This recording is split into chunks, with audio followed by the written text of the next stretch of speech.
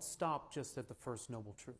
Most people stop at the first noble truth and go, oh, the Buddhists, they're just consumed with suffering. Why do I have to deal with this? And I've got enough problems of my own. And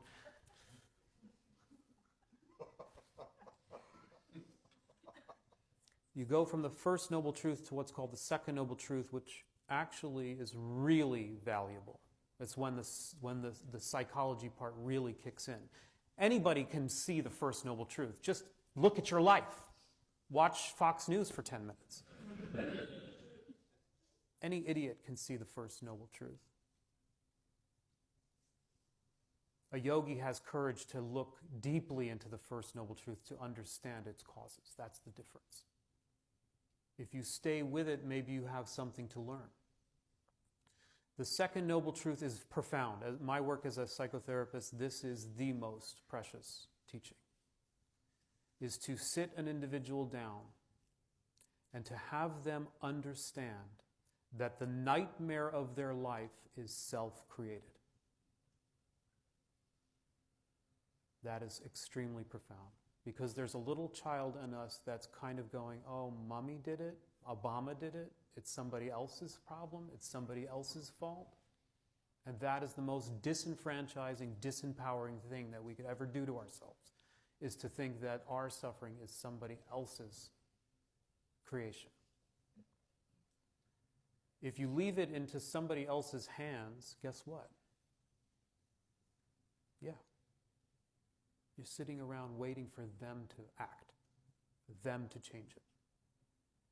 The other side of the extreme of the table is to imagine that there is no way to change it, that this is just what it is. We got what we got and there is no way to fix it. This ship is sinking and there is no way out. That's a view called nihilism, or randomness. That nothing is created or caused, no one created it, it's just a shitstorm on its own, it's just the way it is, and just eat shit and be merry.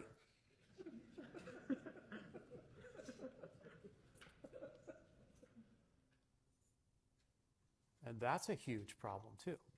And the Buddha went right in between those two extremes in his clear seeing the nature of reality. And he said, no, you're creating it. The nightmare that you're experiencing, the traumatic nightmare of your discombobulation, distraction, anxiety, addiction, is self-created.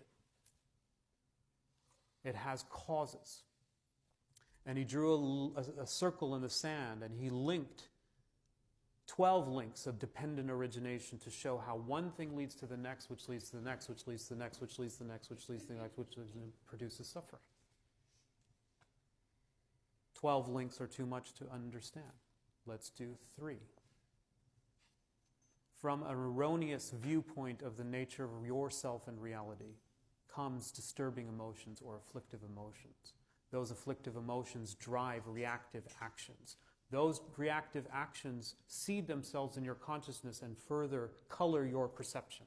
So that the next moment of consciousness, reality is hitting you and being filtered through your perception.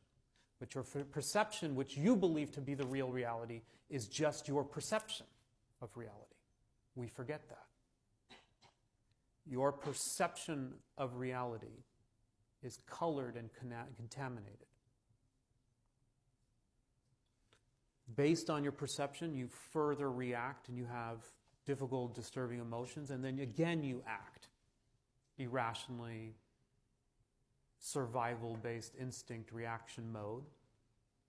In that activity, you further wire your neurobiology and your perception, and around and around and around and around again. And the image of a wagon wheel in the mud is really pertinent here. A heavy wagon wheel circling in the mud creates a groove. 1 time round, 2 times round. By the 3rd time round, something's happening to the groove. It's getting deeper.